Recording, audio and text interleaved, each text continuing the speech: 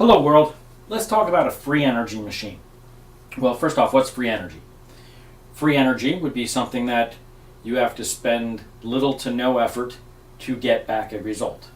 So, what would be a free energy machine? Well, let's say we had a river, and we took an offshoot of that river, and we had it go through one of those pinwheels, so the water caused a water wheel to turn, and then it would flow back and rejoin the river at a lower elevation. One would say that is free energy. You're utilizing something which exists, nature's providing the energy, and you're just tapping off of it. Well, what's another free energy? Well, let's talk about something which up until 200 years ago, no one really even knew about.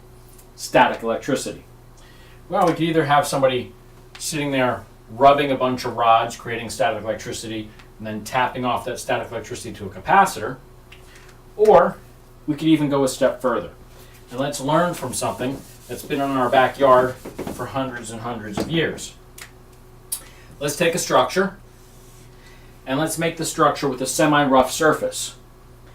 That rough surface, with brush discharge static electricity, the static electricity will form to the surface, and then will dissipate either to ground or up into the higher elevation, up into the air above it. Well, if we neuter the escape of that energy by making the top of the structure not come to a point, and we neuter its ability to short to ground by putting a barrier on the structure, we would have something that looks like, the Great Giza Pyramid. Now that would cause the surface of the structure to quarantine the static electricity to the surface of the structure, which compensates why in the 1800s and prior, people could go up there and fill Leyden jars, and they would stand on it, and their hair would stand on end, and they could do things where they could shoot sparks up into the air, because really they were standing on the surface of a large Van de Graaff generator. And if you don't know what that is, please look it up, because it does exist. I'm not making this stuff up. It's spelled Van, V-A-N-D-E-G-R-A-A-F-F, I believe, generator, named after the person who I guess invented it, or discovered it, or made it and named it after himself. Now, there we have static electricity that's plentiful and is there. Now, what can you do with static electricity? Well, other than little experiments where you can shoot sparks, not a whole lot. But if we could take that static electricity and bring it down within the system by, again, using nature and letting nature do the work, and quarantine it into a center chamber,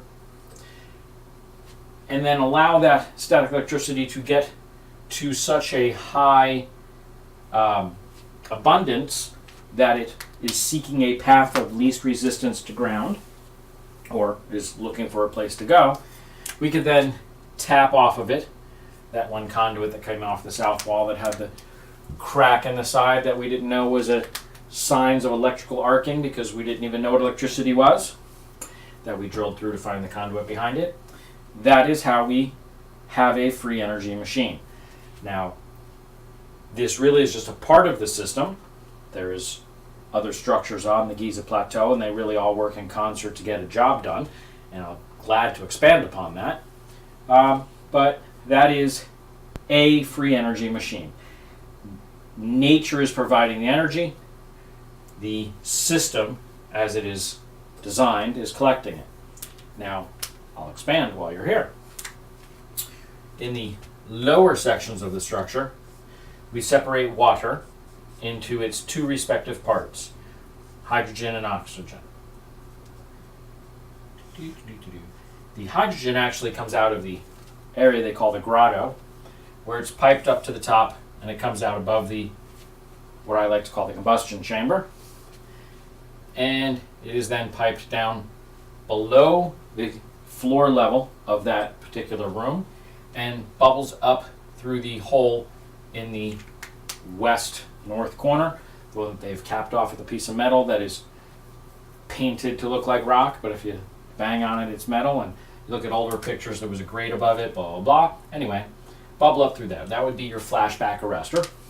It is then joined together with the ambient air, air being 21% oxygen, 78% nitrogen, and 1% carbon dioxide. All that is piped in through that one conduit, the one and only conduit that actually breaches the surface of the structure. Piped into there, burnt back together by utilizing some of that static electricity that is on the outside of the structure to create a spark. Now it creates a spark very uniquely because of the way of the opening to that conduit, to the southern conduit is designed, where the structure itself has a point which is at a slightly higher, or actually it wouldn't be higher, it would be slightly more northern, because this is a southern wall, pokes out just a tiny bit. It breaches that just a little bit, and the opening is set back about 5-6 inches so that it looks like, when you look at it from the front, a big plus, with this point being at a slightly protruding out of that wall. That creates an anomaly which will generate a static electric spark. The static electricity is provided by the abundance of static electricity on the surface of the structure. That spark will create a fire. That fire, which would be the hydrogen and the oxygen burning together, which would generate water. Now it's kind of elaborate the way this whole section is set up, but it is designed to pool that water, and actually as the water level rises, it will choke off the inlet of the gases, and as the water level recedes, it'll allow more in. So it is a self-maintaining system as far as to have the system come to a nice burn as opposed to a random fire. Although when it first starts, I do believe there will be a explosion, as compensated by the findings of Chris Dunn and half a dozen others, where they say there were explosions in what they like to call the King's Chamber, and that is when it first ignites, just like when your furnace first ignites, it goes and then comes to a nice dull roar. Even on your stove, when you first light it up, if you have a gas stove, it starts as kind of an explosion and then comes to a nice dull roar, or a controlled burn. That water will generate steam and water vapor and pressures that will force the gases up that one conduit that does not breach the surface of the structure. The way I drew this is improper. And they will condensate, come back down. As they condensate, and even just the ambient moisture in the air will create a conduit for the static electricity to come down. The precipitation and fact that as it becomes water and condensates and cools, because hot steam goes up, cold steam comes down, or cold water comes down, will bring it down to the system. The reason why there you have ribs along the edge of the Grand Gallery is to create a surface for the water to generate or form into droplets and constantly be falling. That constant movement of downward motion will pull the static electricity down and down and down into the system, where down here at the lower level, it will actually wind up pooling along the bottom edge of the hallway that comes out of the arc chamber and goes across.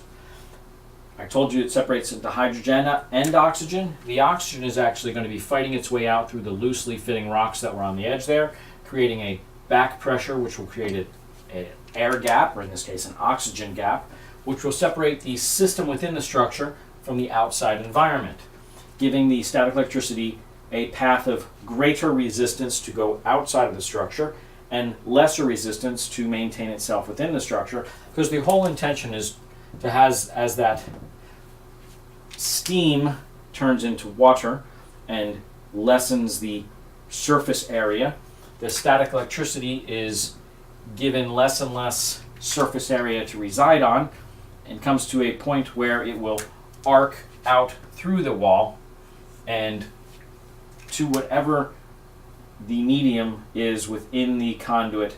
I do believe it to be a liquid. Chris Dunn says it was a hydrogen sulfuric solution.